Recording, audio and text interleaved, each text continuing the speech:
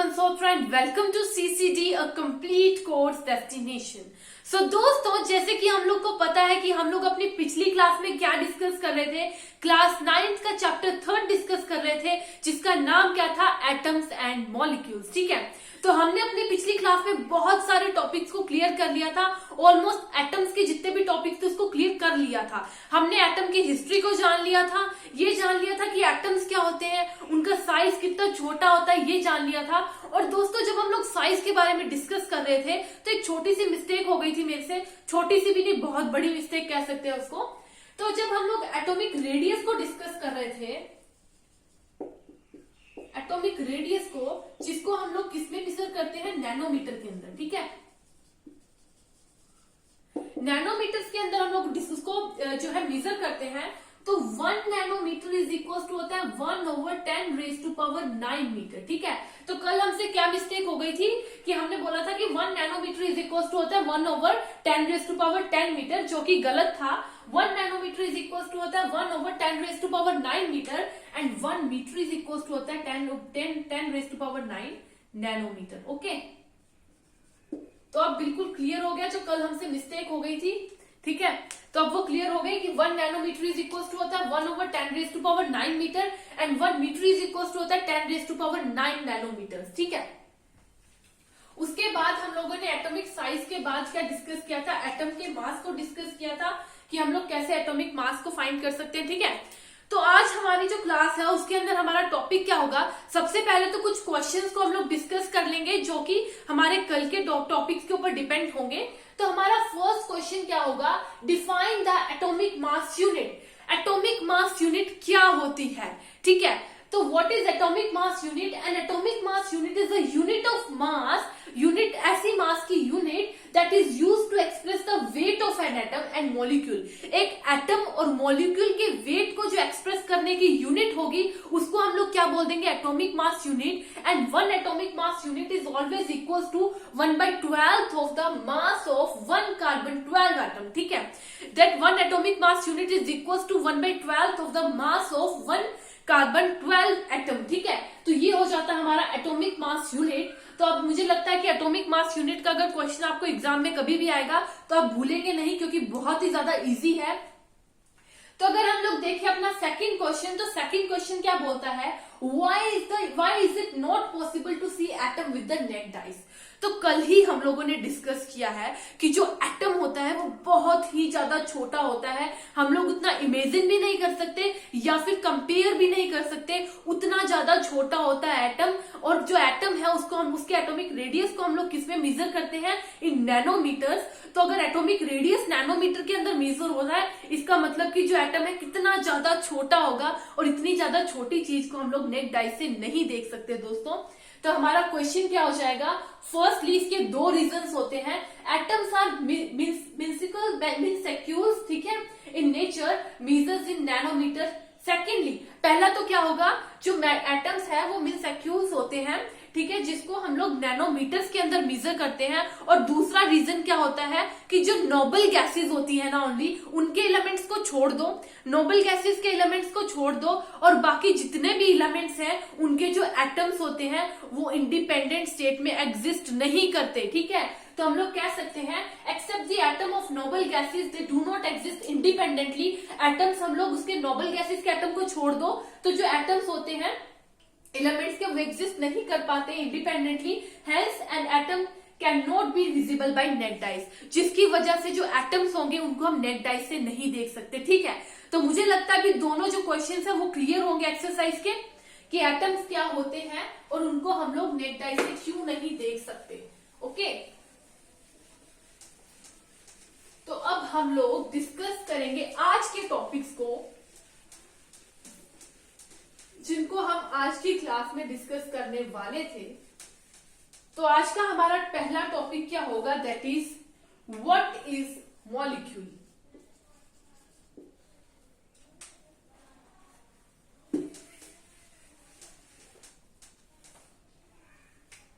What is a molecules. Molecules क्या होते हैं? तो हम लोग कह सकते हैं कि मॉलिक्यूल्स क्या होते हैं। अब मॉलिक्यूल इज इन जनरल, अब एलिमेंट और group of molecules is in general an atom or a group of atom that chemically combine together, या तो एक एटम या फिर ग्रुप ऑफ एटम जो कि केमिकली कंबाइन हो जाते हैं, ठीक है, और they remain in touch with each other, जो एक दूसरे के साथ रहते हैं by the forces of attraction, they held together by the attractive forces, उनको हम लोग क्या कह देते हैं, मॉलिक्यूल्स। तो हम लोग क्या कह सकते हैं, molecules is in general an atom or groups of atom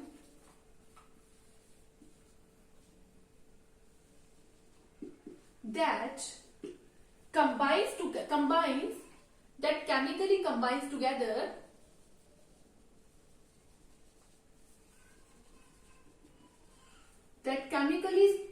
together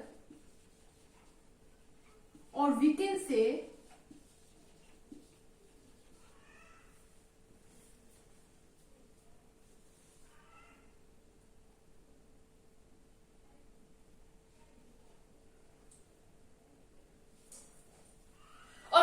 say that are tightly held together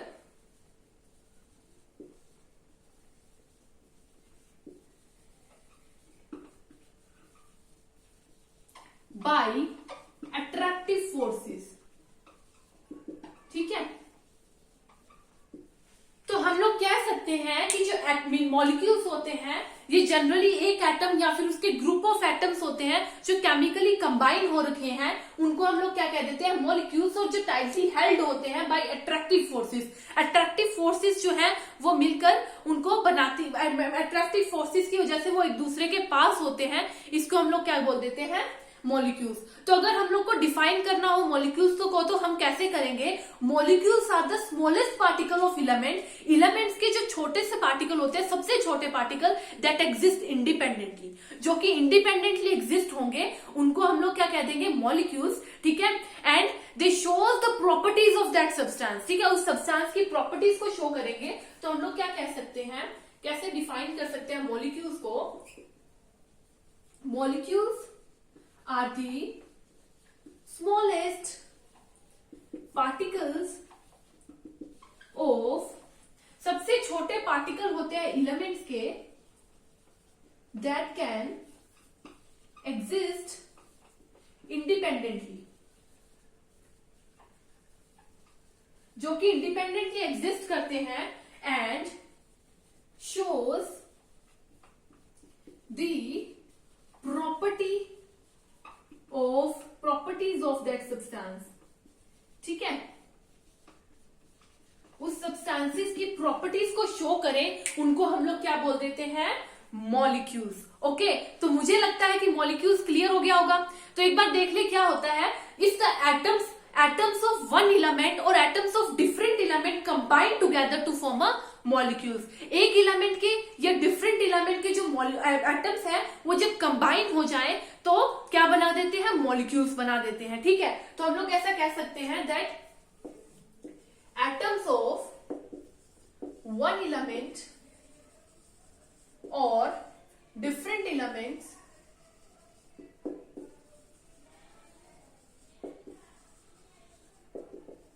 combines together, जो वन एलिमेंट या डिफरेंट एलिमेंट्स होते हैं उनके एटम्स जब कंबाइन हो जाएं टुगेदर दे फॉर्म्स मॉलिक्यूल, वो क्या बना देंगे, मॉलिक्यूल्स को बना देंगे। तो मुझे जहां तक लगता है कि फर्स्ट कॉन्सेप्ट तो क्लियर हो गया होगा that what is a molecule. Molecule होता क्या है, जब दो या दो से ज्यादा एटम्स मिलते हैं, कंबाइन होते हैं केमिकली, तो वो क्या बना देते हैं, मॉलिक्यूल्स को बना देते हैं, ठीक है। तो मुझे जहां तक लगता है कि हमारा फर्स्ट टॉपिक तो क्लियर होगा कि व्हाट इज मॉलिक्यूल्स, ठीक है। और अगर दोस्तों कभी भी प्रॉब्लम आए, कुछ ना समझ में आए, तो आप कमेंट सेक्शन में पूछ सकते हैं, या फिर टेलीग्राम का लिंक है नीचे डिस्क्रिप्शन बॉक्स में, उससे भी आप मैसेज कर सकते हैं, हमेशा आपको जवाब मिलेगा जो भी आपकी क्वेरीज रहेंगी, ठीक है। तो देखते हैं हमारे सेकंड टॉपिक की तरफ मूव करते हैं। सेकंड टॉपिक क्या है, मॉलिक्यूल्स ऑफ एलिमेंट्स। एलिमेंट्स के मॉलिक्यूल क्या होते हैं, तो देखो the molecules of filament are made up of always one kind of atom, ठीक है। one kind of atom से जो बनते हैं उनको हम बोल देते हैं molecules of filaments, ठीक है। molecules of elements क्या होते हैं? molecules of elements, molecules of elements are made up of one kind of atoms और similar kind of atoms, या फिर सिमिलर काइंड ऑफ एटम्स, ठीक है। इनको हम लोग क्या बोल देते हैं? एलिमेंट्स के। बट कुछ ऐसे एलिमेंट्स होते हैं जिनके अंदर एलिमेंट्स के मॉलिक्यूल्स होते हैं जो कि one atom of that element से बनते हैं। There are some elements whose molecules are made up of by only one kind of atoms, one atom of that elements, एक ही एटम से बनते हैं। उनको हम उनके हम एग्जाम्पल ले लेते हैं कुछ। तो क्या एग्जाम्पल हो जाएंगी? दैट इज आर्गन, ठीक है, आर्गन और helium.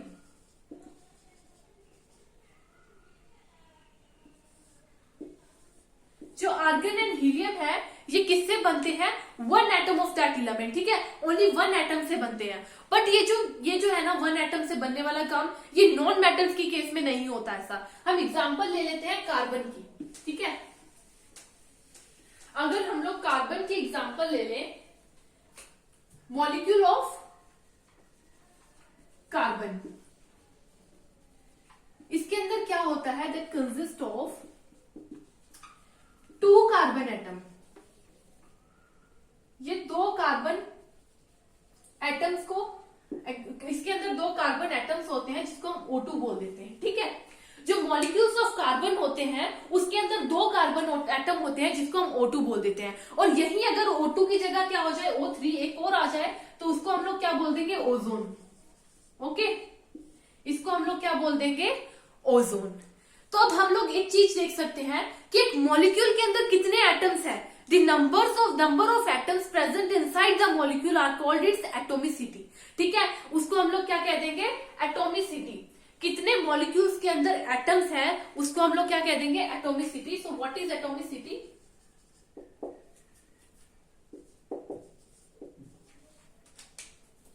the number of atoms inside the molecule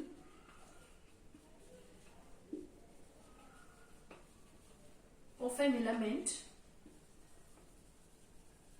are called is atomicity, ठीक है।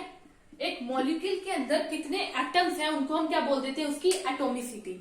तो हमारा जो है, हम लोग कुछ एटोमिसिटी देख लेते हैं कुछ नॉन मेटल्स की। We have some non metals और उनकी एटोमिसिटी को हम लोग देख लेते हैं एक बार।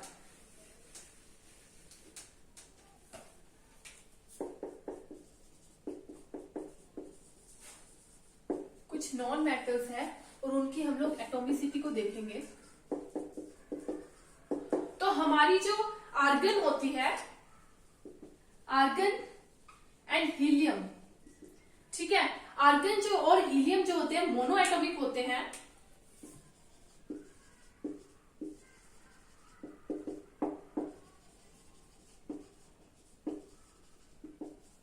तो हमारे जो argon and helium non metals हैं ये जो है मोनो एटॉमिक होते हैं। और उसी तरह अगर हम लोग ऑक्सीजन और हाइड्रोजन देख लें, ऑक्सीजन एंड हाइड्रोजन,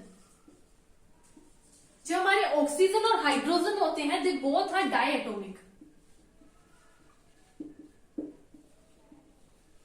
ठीक है। इन दोनों को हम लोग क्या बोल देते हैं? डायएटॉमिक। और उसी तरह अगर हम लोग फॉस्फोरस ले लें, तो फॉस्फोरस क्या होगा? टेट्राएटॉमिक होगा, ठीक है। तो ये कुछ नॉन मेटल्स है और उनकी एटोमिसिटी है। जो आर्गन और हीलियम होते हैं वो मोनो एटॉमिक होते हैं, मतलब उसके अंदर एक एटम होता है। ऑक्सीजन हाइड्रोजन आर डायएटॉमिक बिकॉज उसके अंदर दो एटम्स होते हैं। और फॉस्फोरस आर टेट्राएटॉमिक बिकॉज उसके अंदर तीन एटम्स होते हैं, ठीक है। तो अब हम लोगों ने ये डायएटॉमिक की एटोमिसिटी की बात तो कर ली है। अब हम लोग अपने नेक्स्ट टॉपिक पे चलेंगे, that is molecules of compound. क्या? Molecules of compound. कंपाउंड के जो मॉलिक्यूल्स होते हैं वो क्या होते हैं? If the number of atoms in any element जो है कुछ एटम से मिलकर बने होते हैं, ठीक है, जो है वो जब फिक्स्ड प्रोपोर्शन के अंदर रहेंगे ना, तो उसको हम क्या बोल देंगे? Molecules of compound. If the number of atom in any element are in fixed proportion, that is called what? Molecules of compound. ठीक है, तो हम लोग कुछ कंपाउंड्स की एग्जांपल ले लेंगे, दैट इज वाटर। ठीक है, वाटर किससे मिलकर बना होता है? Combination of hydrogen and oxygen. Hydrogen और ऑक्सीजन का कॉम्बिनेशन है, उनके रेशियो ऑफ मास कितना होगा? मास का रेशियो कितना होता है इसके अंदर? 1:8। ओके, उसके बाद हम लोग देख लेते हैं कार्बन डाइऑक्साइड। कार्बन डाइऑक्साइड के अंदर क्या क्या होता है? Carbon and oxygen which is in the ratio of 3:8। ठीक है, उनका मास का रेशियो कितना होता है? 3:8। उसी तरह हम लोग देख लेते हैं अमोनिया। अमोनिया के अंदर क्या क्या होता है? अमोनिया के अंदर हमारा नाइट्रोजन होता है और हाइड्रोजन होता है which is in the ratio 14:3। ठीक है, ये हम लोगों ने कुछ मॉलिक्यूल्स के कंपाउंड देख लिए और उनका रेशियो बाय मास देख लिया। ठीक है, तो क्या होता है? मॉलिक्यूल्स ऑफ कंपाउंड जिसके अंदर फिक्स प्रोपोर्शन के अंदर जो एटम्स रहे उनको हम लोग बोल देते हैं मॉलिक्यूल्स ऑफ कंपाउंड। ओके, तो नेक्स्ट चीज हम लोग क्या डिस्कस करेंगे? That is what is an ion. What is an ion? एक आयन क्या होता है? ठीक है, सो हम लोग को पता है that compounds are composed of metals and non metals. ठीक है, कंपाउंड्स जो है वो मेटल्स और नॉन मेटल्स से मिलकर बनता है, और वो जो उसके अंदर जो मेटल्स और नॉन मेटल्स होते हैं उसके अंदर कुछ चार्ज आयंस होते हैं, चार्ज स्पीसीज होते हैं, और उन चार्ज स्पीसीज को हम लोग क्या बोल देते हैं? आयंस। तो compounds are composed of metals and non metals. Metals और नॉन मेटल्स से मिलकर बनते हैं, that consist some charge species. ठीक है, जिसके अंदर कुछ चार्ज स्पीसीज होते हैं, और इन चार्ज स्पीसीज को हम लोग क्या बोल देते हैं? आयंस। ओके, और कुछ एटम्स के ऊपर चार्ज होता है और कुछ एटम्स के ग्रुप्स होते हैं, उनके ऊपर क्या होता है? नेट चार्ज होता है। इनको हम लोग आयंस बोल देते हैं। और जो ये आयंस होते हैं ना, they can be negative and positive. ये आयंस जो है नेगेटिव भी होते हैं और पॉजिटिव भी होते हैं। जो आयन नेगेटिव होते हैं उनको हम लोग क्या बोल देते हैं? अनायंस। और जो भी नेट पॉजिटिव होते हैं उनको हम लोग क्या बोल देते हैं? कटायंस। ठीक है, अगर हम कुछ एग्जांपल्स ले लें, that is NaCl, sodium chloride. ठीक है, किससे मिलकर बना है? सोडियम से एंड क्लोरीन से। इसमें जो सोडियम होता है इसके ऊपर पॉजिटिव चार्ज रहता है और क्लोरीन के ऊपर नेगेटिव चार्ज रहता है। इट मीन्स कि सोडियम क्या है? हमारा कटायन है, और जो क्लोरीन है वो हमारा अनायन है। ठीक है, हमारा जो सोडियम है वो कटायन है और जो हमारा क्लोरीन है वो क्या है? अनायंस है। ठीक है, ये हमारे हो गए कि आयंस क्या होते हैं। उसके बाद हम लोग क्या डिस्कस करेंगे? तो अगर ग्रुप ऑफ एटम्स के ऊपर चार्ज हो तो उसको हम लोग क्या कह देंगे? If a group of atom has charge then it is called polyatomic ion. ठीक है, उसको हम लोग क्या बोल देंगे? Polyatomic ion. तो ये हमारा डिस्कशन हो गई आज के टॉपिक्स की, that is what is an ion. ये भी हम लोगों ने देख लिया। तो अगर हम लोग कुछ आयनिक कंपाउंड्स ले लें, कुछ आयनिक कंपाउंड्स ले लेते हैं हम लोग।